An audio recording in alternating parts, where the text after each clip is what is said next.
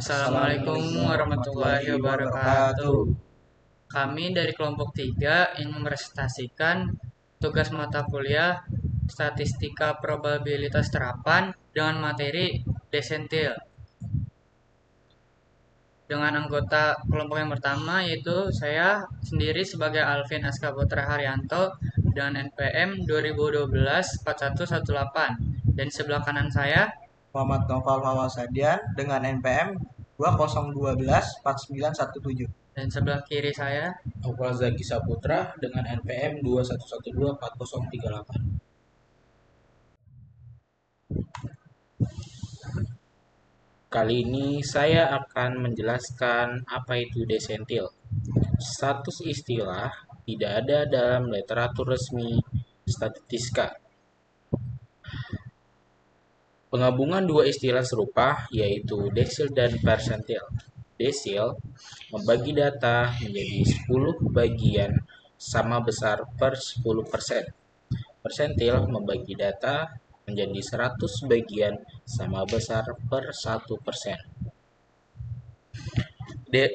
Desentil merupakan salah satu ukuran letak data dalam ilmu statistika yang berfungsi untuk membagi sekumpulan data yang telah diurutkan dari nilai terkecil hingga nilai terbesar jadi 10 bagian yang sama besar.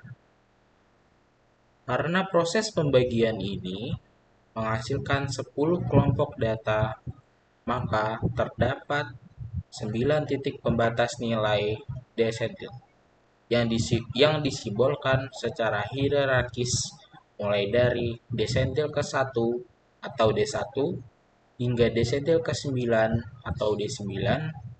Dalam struktur pembagian ini, setiap rentang nilai desentil merepresentasikan secara konsisten, secara tepat 10% dari total populasi atau sampel yang dianalisis.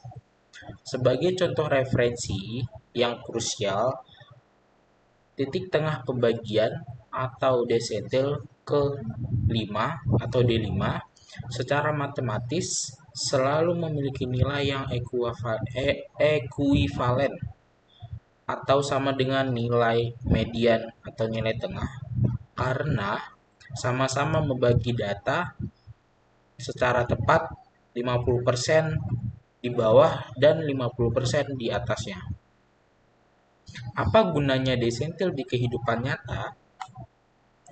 Fungsi desentil di dunia nyata adalah berfungsi sebagai alat segmentasi sebesar 10% untuk mengambil keputusan secara objektif. Konsep ini digunakan pemerintah untuk menyalurkan bansos agar tepat sasaran pada kelompok 10% termiskin atau D1 yang digunakan lembaga pendidikan untuk menyaring 10% siswa pemilik nilai tertinggi atau D9 sebagai penerima beasiswa, serta digunakan dalam dunia bisnis untuk mengklasifikasikan 10% pelanggan VIP dengan profit terbesar.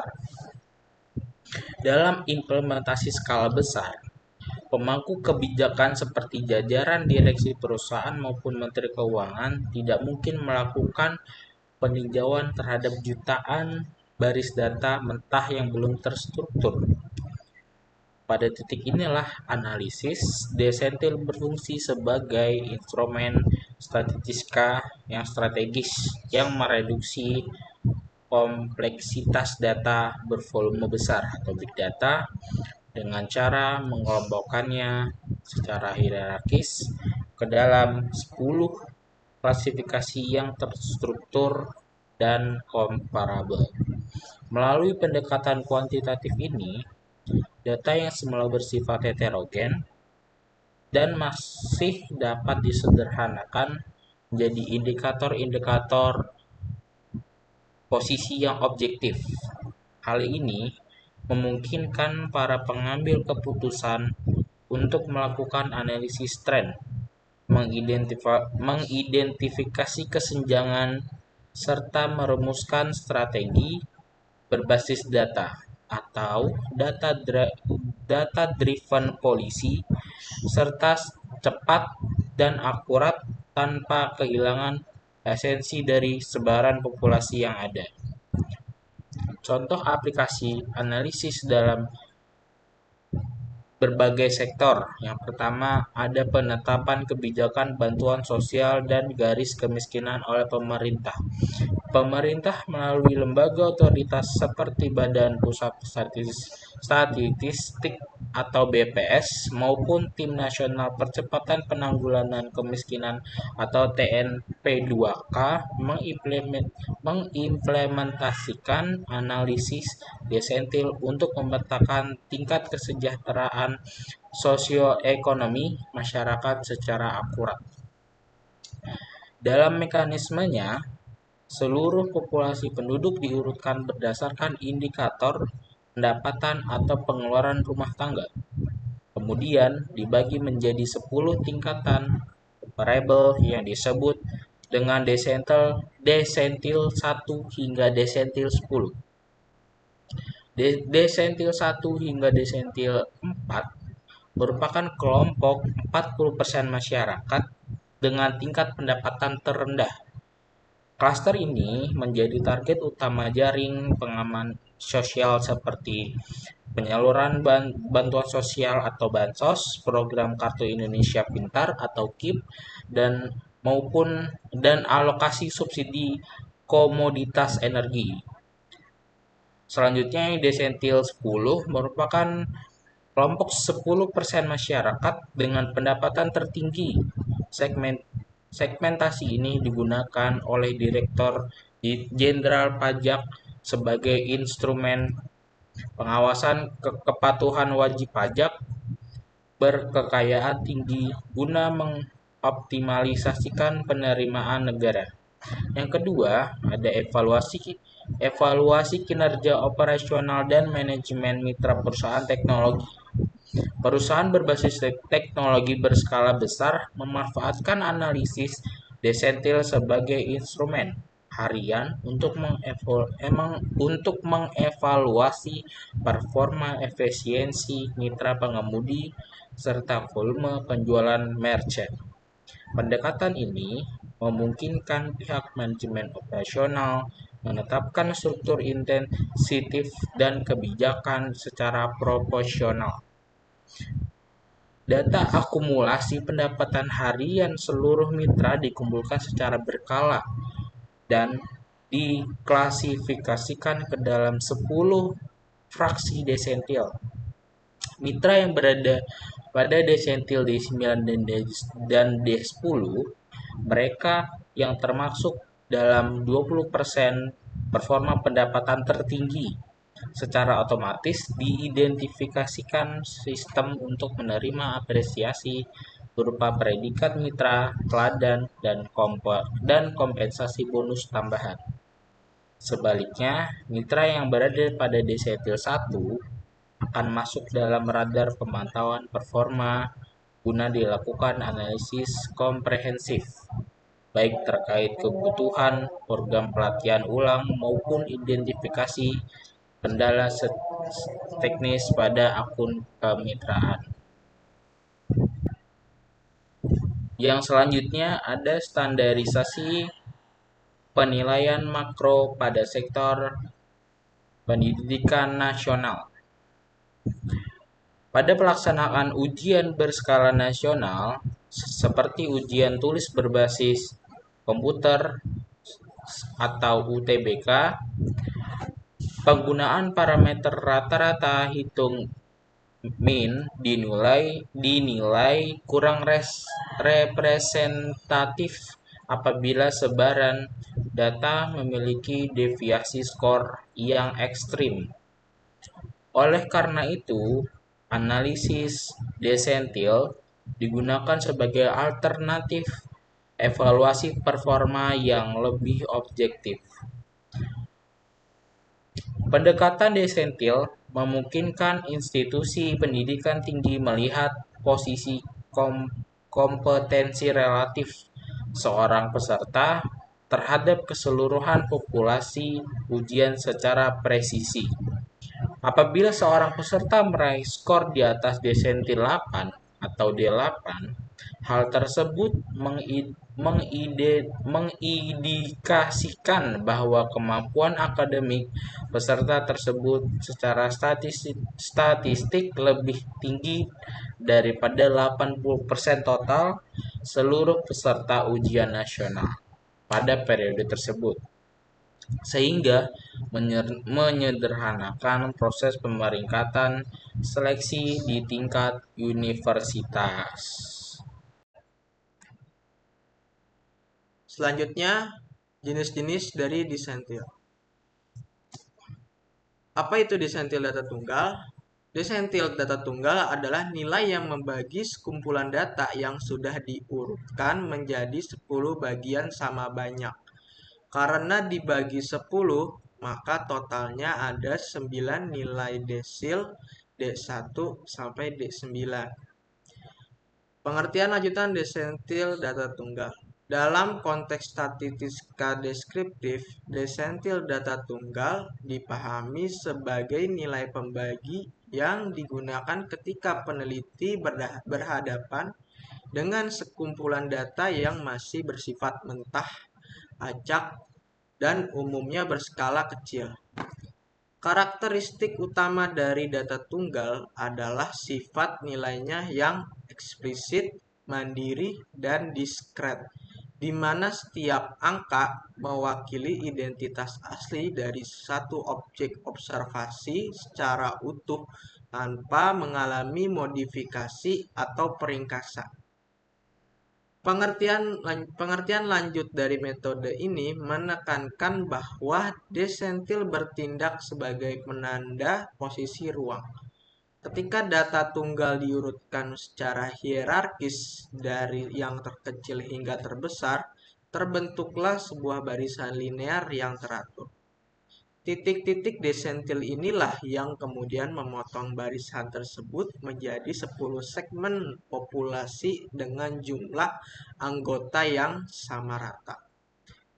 Secara konseptual, pemahaman mendalam tentang desentil data tunggal tidak hanya terbatas pada pencarian angka di baris tertentu, melainkan pada pemaknaan area di sekitar titik batas tersebut.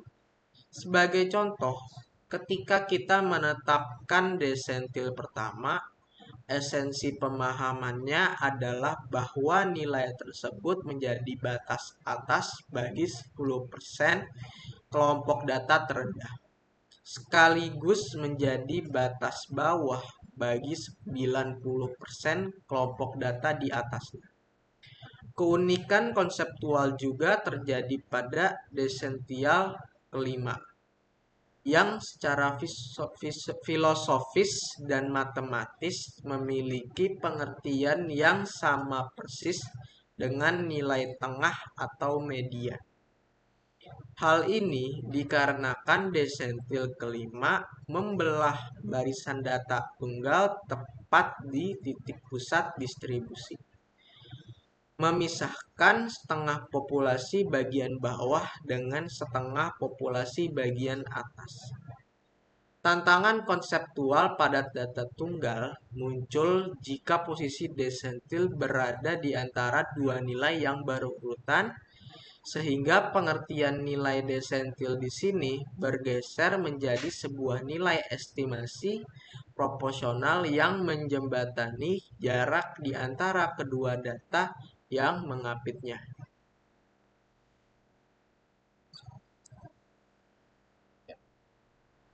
Rumus desentil data tunggal. Rumus desentil data tunggal adalah data jenuh yang belum dikelompokkan ke dalam kelas-kelas interval. Langkah-langkahnya: 1. Urutkan data dari nilai terkecil hingga terbesar. 2. Cari letak atau posisi desil menggunakan rumus posisi. 3. Tentukan nilai desil berdasarkan posisi tersebut. Rumus posisi desil atau DI adalah letak DI sama dengan I dalam kurung N ditambah 1/10. I yang berarti desil yang dicari, lalu N banyaknya data. Catatan, interpolasi linear.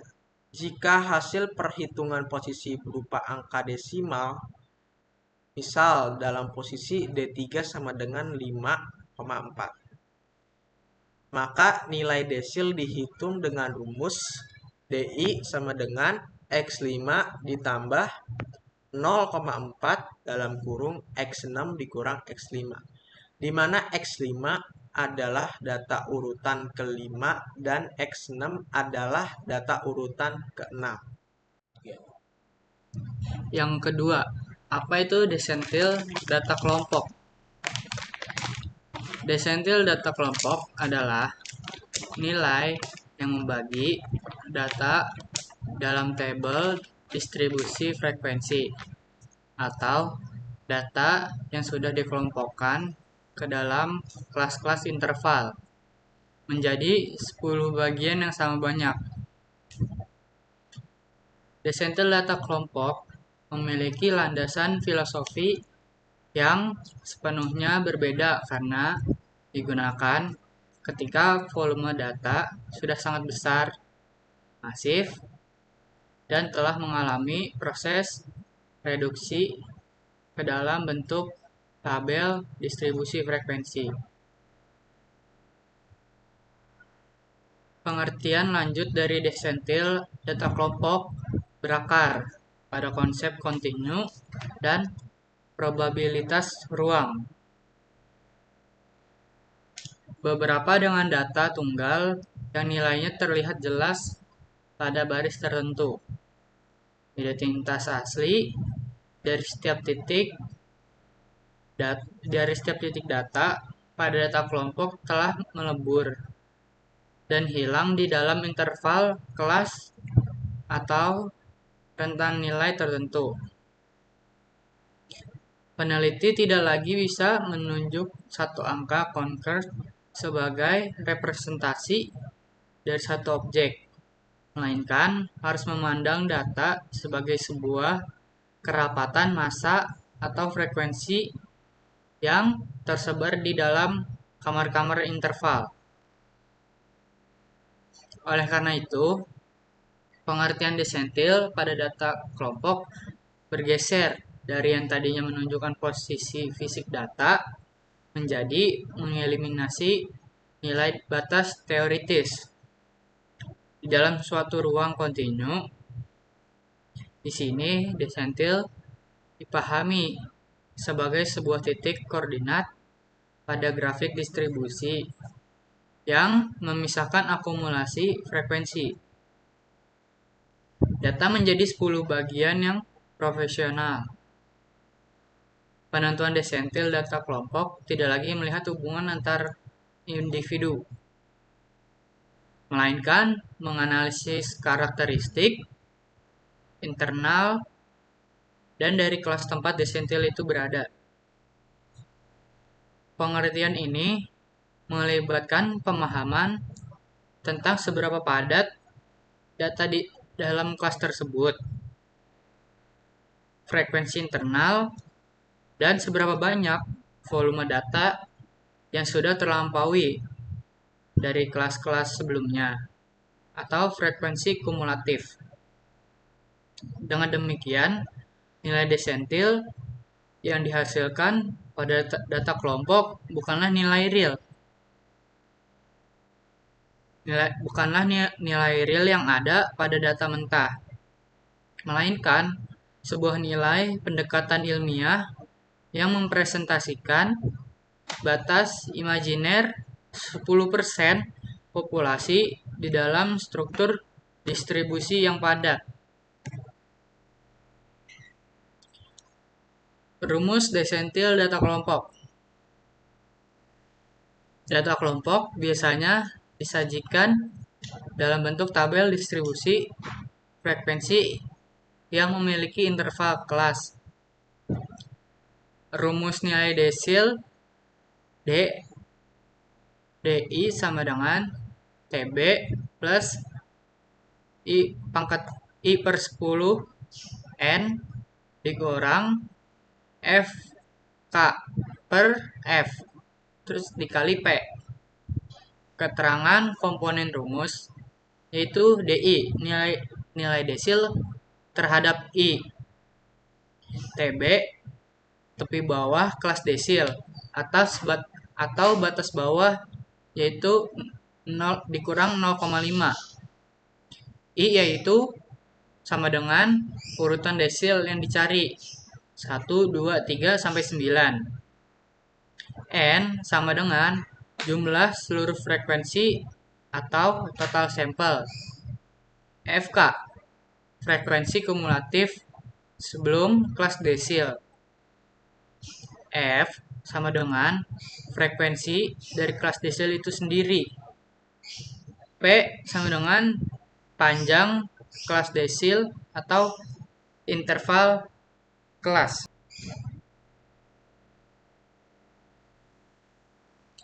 Kasus.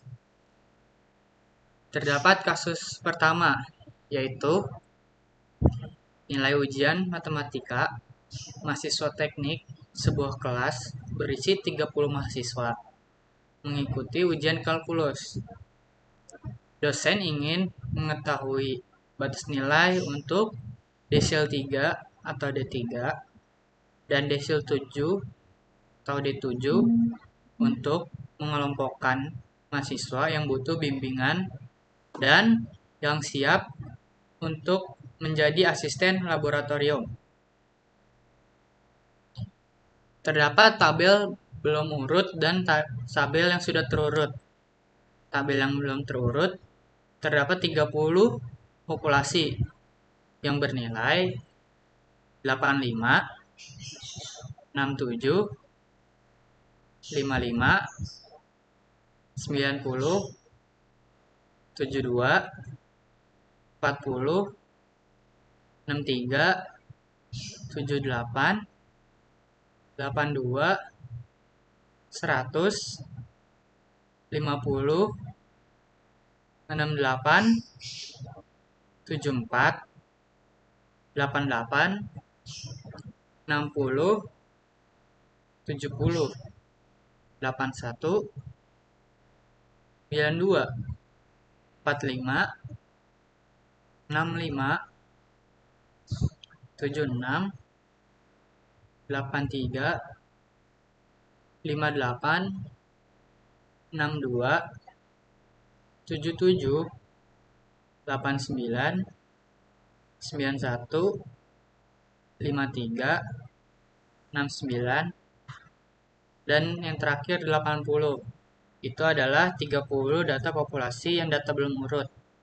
Nah, setelah diurutkan, datanya menjadi data yang pertama 40, 45, 50, 53, 55, 58, 60, 62, 63, 65, 67, 68, 69, 70, 72, 74, 76, 77, 78, 80, 81, 82, 83, 85, 88, 89, 91, 92, 95, dan yang terakhir ada 100. Itulah 30 data populasi yang sudah diurutkan. Lalu di sini ada cara pengerjaan untuk kasus 1. Mencari desil 3 atau D3. Posisi D3 yaitu sama dengan 3 dikali buka kurung 30 plus 1 tutup kurung per 10. Hasilnya sama dengan 93 per 10 atau 9,3. Berada di antara data ke 9 dan ke 10. Data ke 9 yaitu 63. Di sini data ke 9 itu ada 63. Data ke 10-nya yaitu 65. Nilai D3 sama dengan 63 ditambah 0,3 dikali 65 dikurang 63 sama dengan 63 ditambah 0,6. Hasilnya yaitu 63,6. Selanjutnya ada desil 7 atau D7. Posisi D7 sama dengan 7 dikali buka kurung 30 plus 1 tutup kurung per 10, yaitu hasilnya 217 per 10 atau 21,7. Berada di antara data ke 21 dan ke 22. Data ke 21 yaitu 81, di sini ada 21 81. Data ke 22 yaitu ada 82 setelah 81. Nilai D7 dijumlahkan yaitu 81 plus 0,7 dikali buka kurung 82 dikurang 81 tutup kurung sama dengan 81 plus 0,7 yaitu hasilnya 81,7.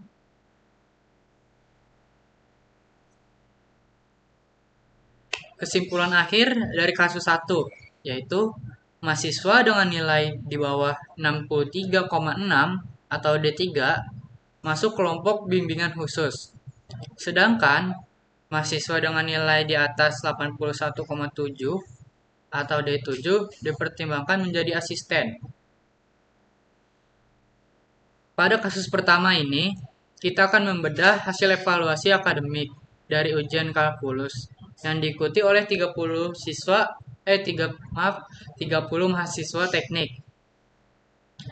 Langkah awal yang krusial sebelumnya masuk ke perhitungan desentil adalah melakukan pengurutan data dari nilai yang paling rendah yaitu 40 hingga nilai yang sempurna, yaitu di sini nilai yang paling sempurna itu ada 100. Proses urutan data dalam suatu populasi.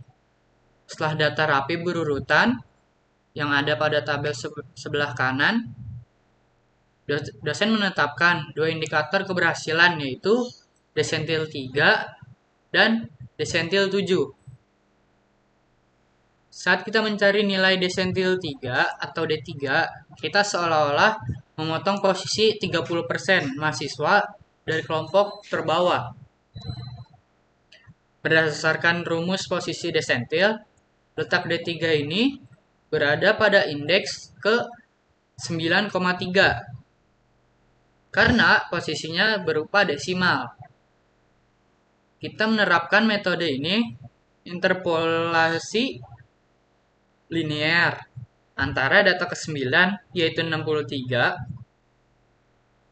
dan data ke-10 yaitu 65 yang akhirnya menghasilkan nilai batas mutlak sebesar 63,6.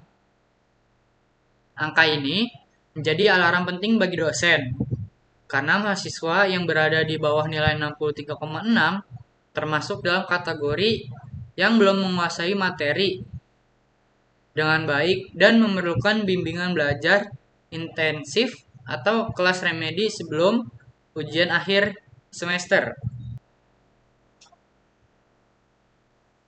Sebaliknya, untuk menyaring mahasiswa, yang memiliki potensi unggul sebagai asisten laboratorium, di mana tadi sudah dihitung nilainya berada di 81,7.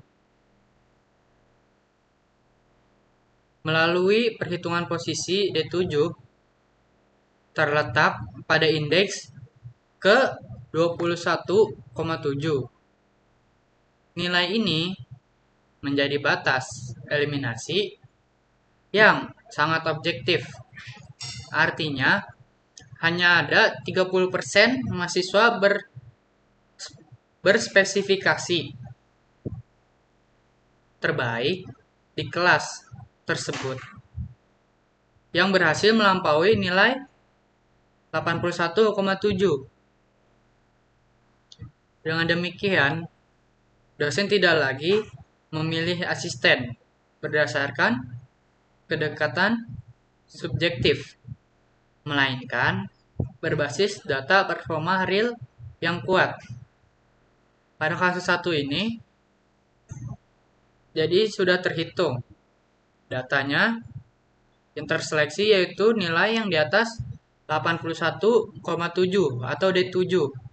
Sedangkan nilai mahasiswa yang di bawah 63,6 atau D3 masih harus memerlukan bimbingan khusus dari dosen-dosen atau mengikuti kelas tambahan.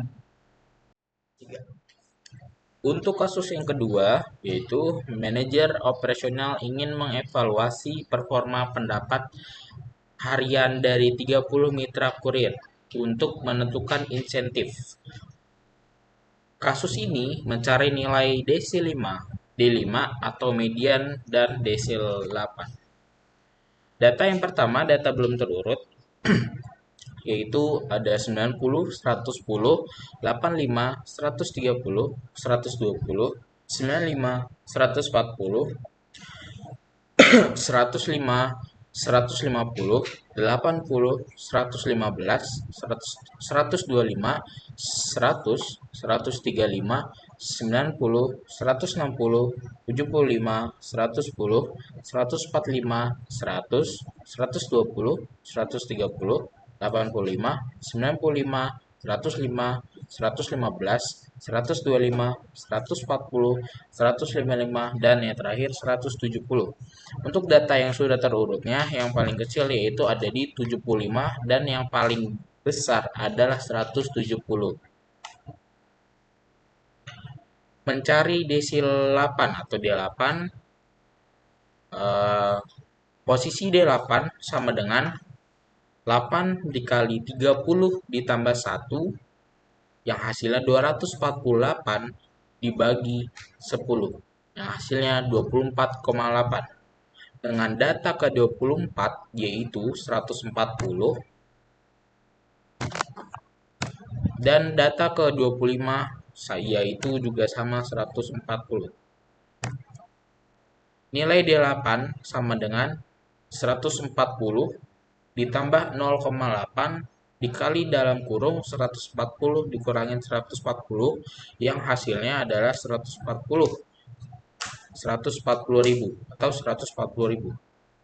Selanjutnya mencari desil 5 yaitu 5 dikali 30 ditambah 1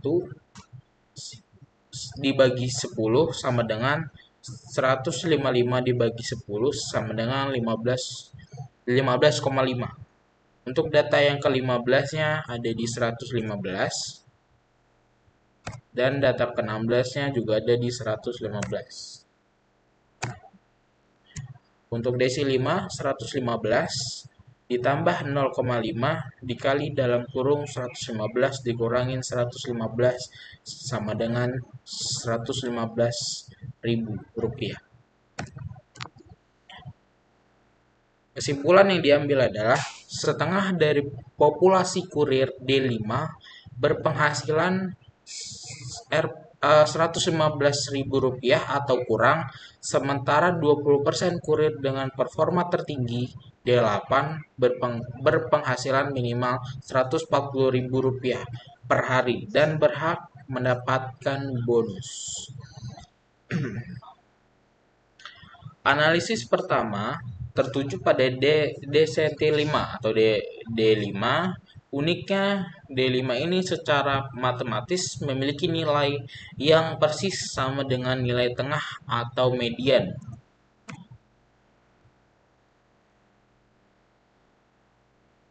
Dari hasil perhitungan posisi data, letak D5 berada di posisi ke-15, 15,5, tepat di antara data ke-15 dan 16, yang kebetulan keduanya bernilai 115.000. Angka 115.000 ini mencerminkan kondisi real di lapangan bahwa tepat 50% dari total kurir berpenghasilan di bawah jumlah tersebut dan setengahnya lagi berada di atasnya. Nilai ini menjadi standar hidup minimum atau ukuran baseline pendapatan harian kurir saat ini.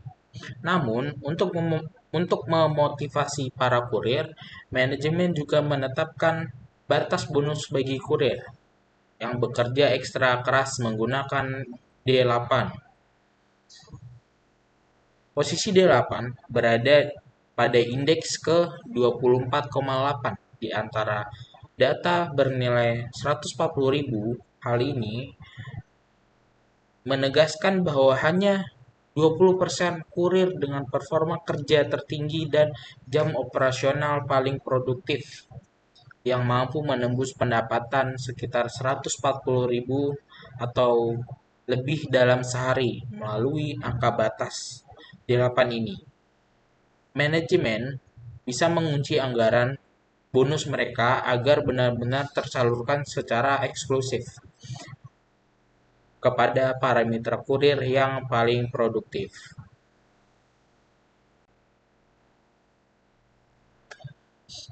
Selanjutnya, kasus 3.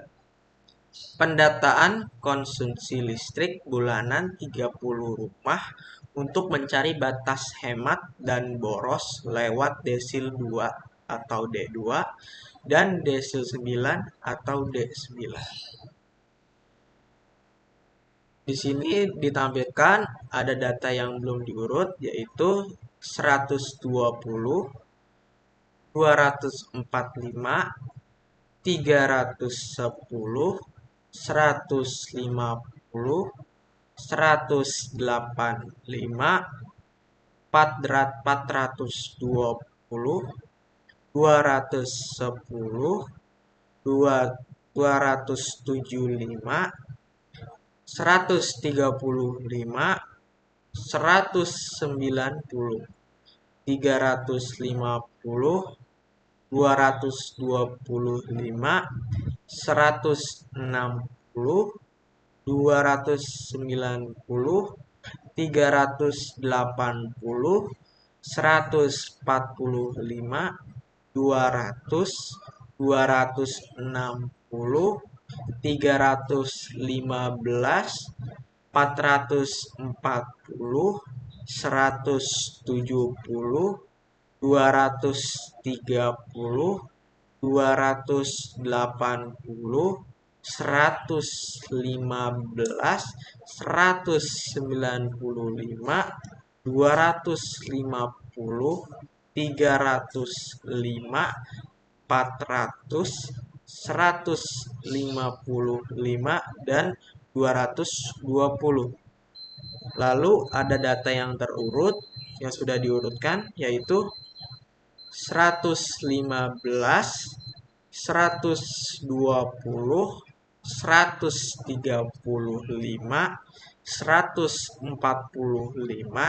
150, 155, 160, 170, 185, 190, 195, 200, 210, 220, 225, 230, 245, 250, 260, 275, 280, 290, 305, 310, 315,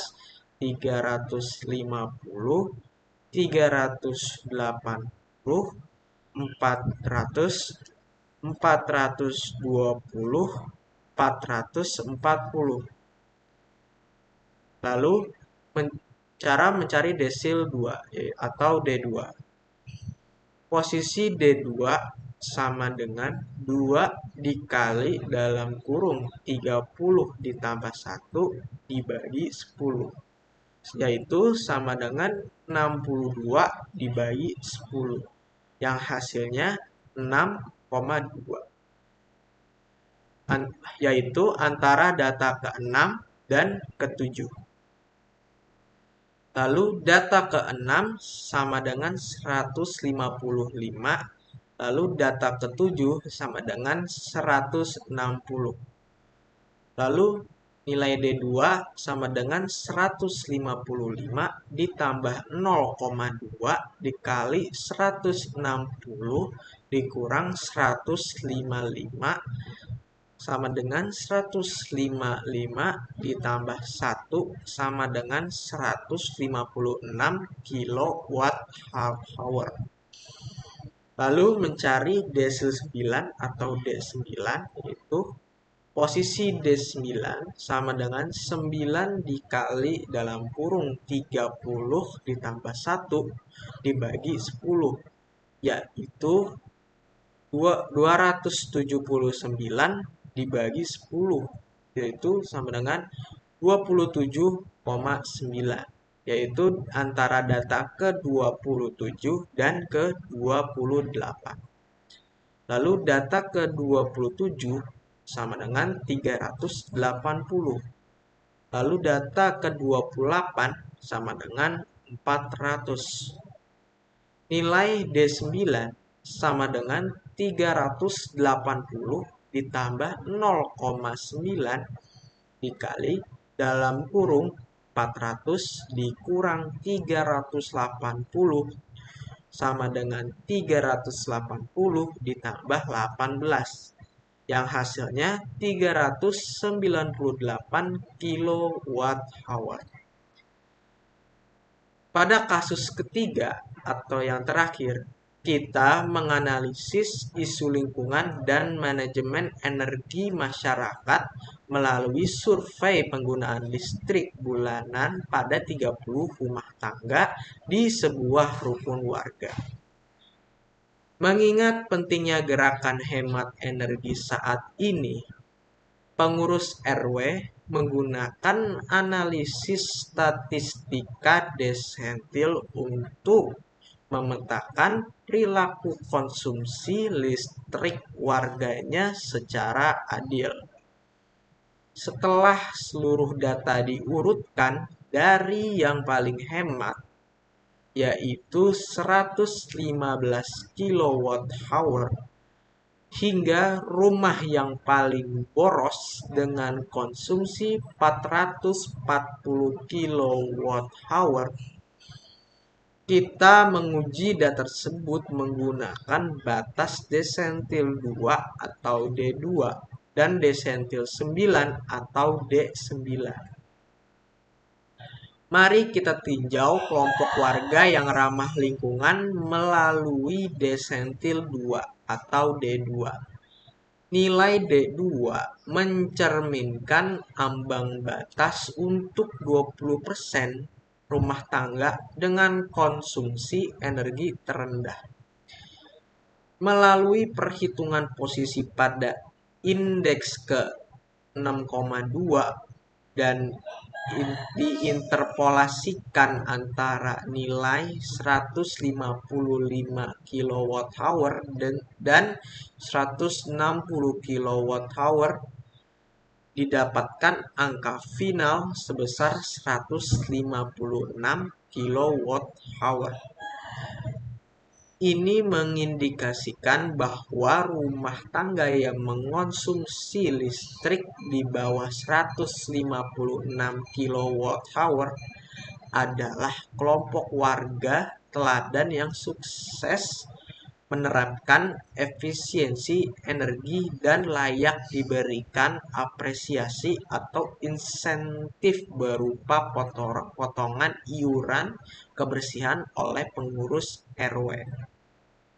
Namun, tantangan terbesar ada pada desentil 9 atau D9 yang mendeteksi 10% kelompok rumah tangga dengan pemakaian energi paling boros. Letak D9 berada pada posisi ke-27,9 yang berada di antara nilai 380 kWh dan 400 kWh sehingga menghasilkan angka pembatas yang sangat tinggi yaitu 398 kWh. Dari data ini, pengurus RW mendapatkan fakta akurat bahwa rumah-rumah yang mengonsumsi listrik di atas 398 kWh adalah titik merah pemborosan energi di lingkungan mereka. Implikasinya, pengurus RW tidak perlu membuang energi dan biaya untuk menyosialisasikan gerakan hemat listrik ke seluruh warga, melainkan cukup melakukan pendekatan persuasif dan edukasi langsung ke rumah-rumah yang berada di atas batas desentil 9 tersebut agar penanganan masalah menjadi jauh lebih taktis dan tepat sasaran.